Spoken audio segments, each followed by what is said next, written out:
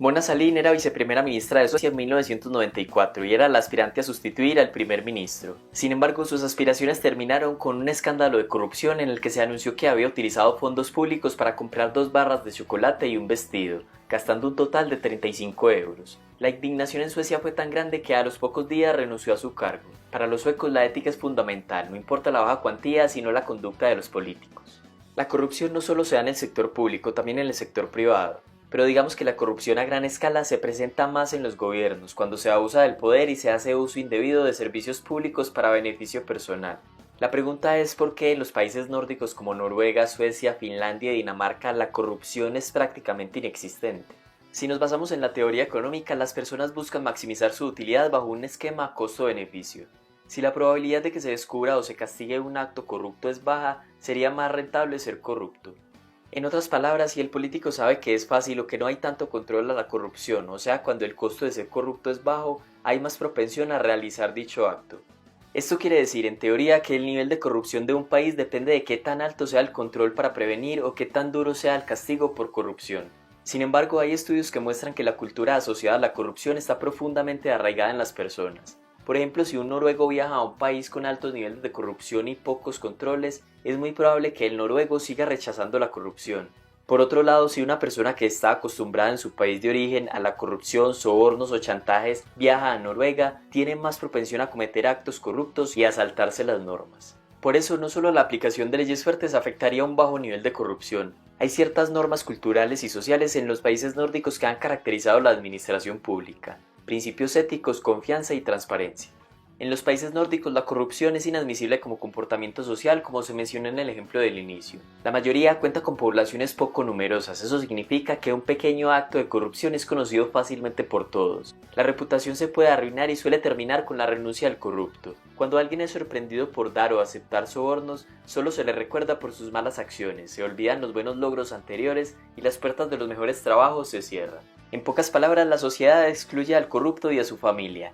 Además, como los casos de corrupción son poco comunes, cuando se presentan reciben mucha atención de los medios de comunicación y las decisiones de los tribunales pueden ser duras. Otro elemento es que la confianza en la imparcialidad del gobierno y sus instituciones es bastante elevada. Todos estos aspectos son una especie de regulación informal por parte de la sociedad. Hay otras normas o leyes que hacen parte de una regulación formal y que también pueden explicar los bajos niveles de corrupción en estos países europeos. Allá la política es percibida muy diferente a otros países. Los congresistas y ministros son considerados ciudadanos comunes, por lo cual no tiene sentido que tengan privilegios o beneficios adicionales por el hecho de ocupar un cargo público. Por ejemplo, en Suecia los congresistas van en bus a la oficina, no tienen derecho a plan de salud privado ni a pensión vitalicia. Y los políticos locales no reciben un salario fijo, tampoco tienen derecho a inmunidad, pueden ser procesados y condenados como cualquiera. Los congresistas o parlamentarios reciben una tarjeta anual para utilizar en el transporte público y está mal visto que la usen en taxi para llegar al trabajo. De hecho, el único político que tiene derecho a carro permanentemente es el primer ministro. Reciben un salario moderado el cual es definido por un comité independiente. Los congresistas de fuera de la capital que no tienen inmueble en la ciudad tienen derecho a vivir en apartamentos comunitarios, donde ellos son los que cocinan y hacen la limpieza, y si algún familiar se queda en el apartamento debe pagar por su estadía. Las oficinas de los congresistas son pequeñas y no tienen derecho a secretaria o asesores particulares.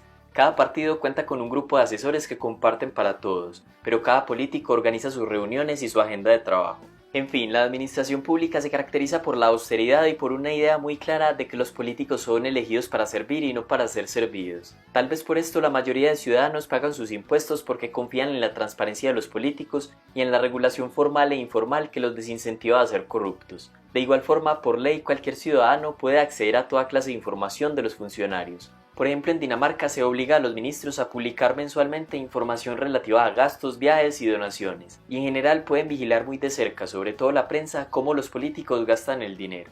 Hay que tener en cuenta que estos países fueron corruptos en algún punto de su historia. No es que los nórdicos hayan nacido transparentes. Por ejemplo, durante una crisis económica en Dinamarca a principios del siglo XIX, la corrupción entre funcionarios aumentó drásticamente.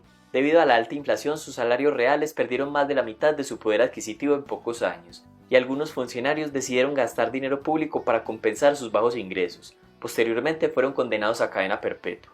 Se podría concluir diciendo que en estos países hay dos elementos importantes a la hora de controlar y prevenir la corrupción. Hay una especie de regulación informal, la cual se trata de la confianza del público en las instituciones, la cultura del rechazo a la corrupción y el consecuente autocontrol de los funcionarios. Y otro elemento es la estricta regulación y supervisión en cuanto a los beneficios y dinero que administran los políticos. Todo esto forma una percepción de la política más como un deber cívico que una forma de acumular poder y enriquecerse.